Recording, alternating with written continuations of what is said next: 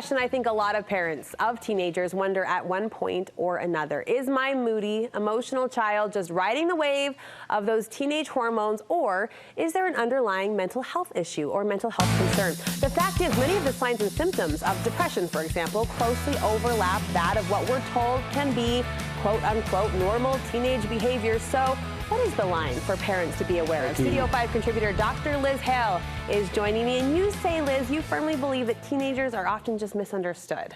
They are. They're really not aliens, and they so want to be understood. You know what I mean? I think for all parents, just the bottom line to keep in mind, Brooke, is that there's not one simple sign, right? You have to really look at the global picture. You have to look at the duration, the intensity, and what's really happening with your teen, and know your teen so that you can figure out, oh, something is really askew here. Something is quite different. And we're certainly not asking you to diagnose anything on the spot, because that full scope, that wide range that you described is so important. But can I throw out a couple of scenarios that parents may be experiencing or wondering about? Let's say there's a parent out there saying, my kid sleeps a lot, like sleeps in late, sleeps often, sleeps through the weekend. When is sleep something to be worried about? And sleep is so key for teenagers, right? They really don't get enough. They should get 10 to 12 hours of sleep. And their circadian rhythms are a little off. They really stay up late, and that's why they can't get up early in the morning, because they're not ready to go to bed. Anyways, school should really start late, I'm convinced.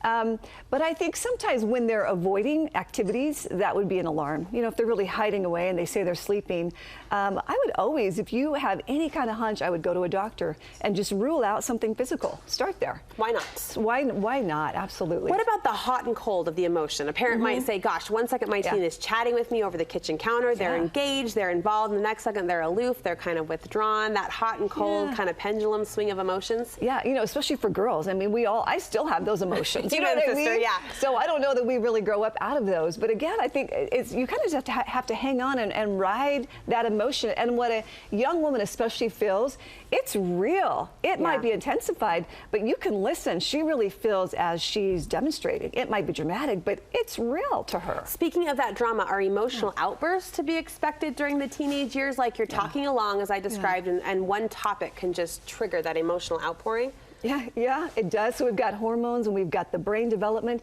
You know, the brain's not fully developed for quite some time. So for all those reasons, I think that's just normal adolescence. But again, if you have any kind of inkling that something's up, find a counselor who specializes in adolescence. Maybe your child needs someone to talk to.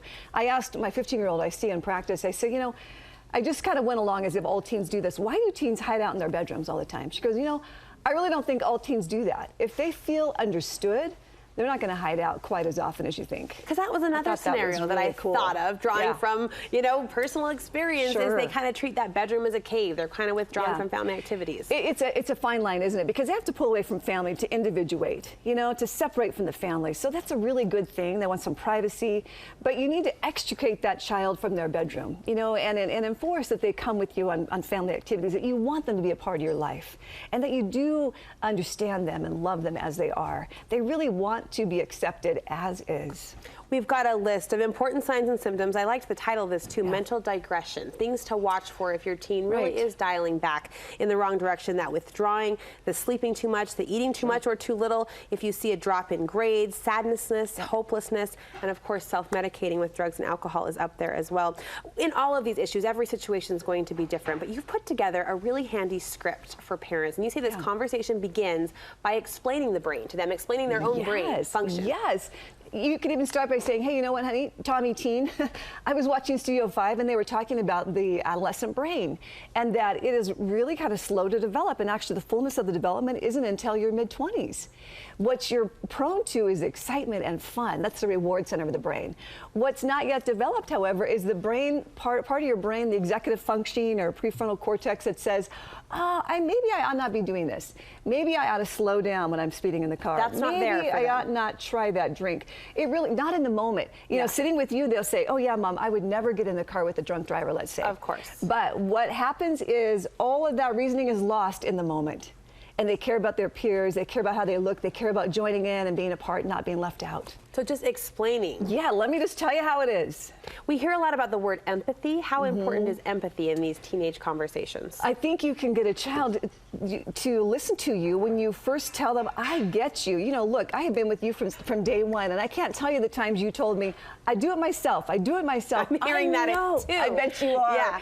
I know independence is so key to you, honey, and your independence is important to you as it is to me. I want you to be independent. That's why I'm going to really step it up, and I'm going to help you. Instead of being angry at you with what you do with your brain or the decisions you make, I'm going to help you with them. So I just want you to be aware that I'm tuned in now. And as you describe that, obviously we always want to stay in the parental position, but you feel more like a teammate, right, than an attacking competitor. I'm on your side. Yeah. I want this as much as you do. I like that. I like that. The next step in this teenage script, this conversation script, I love this so much, is to focus on the future. How can we put that into words? Yeah. So in other words, let's say your independence is really your value, right? So, honey, if I've seen a bong in your room, or let's just take, and parents can fill in with whatever dynamic is happening.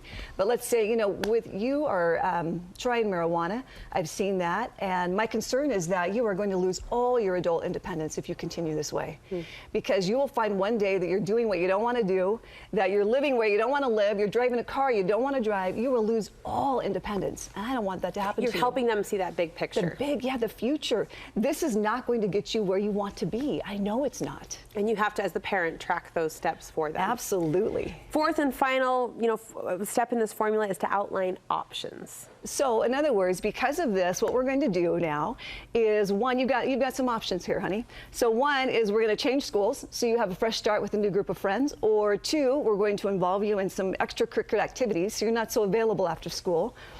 Or three, we're going to drug test you. If you insist on hanging out with these friends, you'll have a drug test. You absolutely can't use drugs. Or I'm open to a fourth option. I want to discuss this with you, but we have got to get a plan in action. We've got to do something different. So those are all firm boundaries, but you're putting the decision on them. Sure. Give me a fourth option. Tell me what else you think we should do. I like this conversation. I like this script too. We'll post this on our website. I think parents will find it really handy. Bottom line, you've got to be in your teenagers' lives. Yep. I'm not going to fight with you, but I'm going to fight for you. I like that. I like that, Liz. Thank you so much. My pleasure.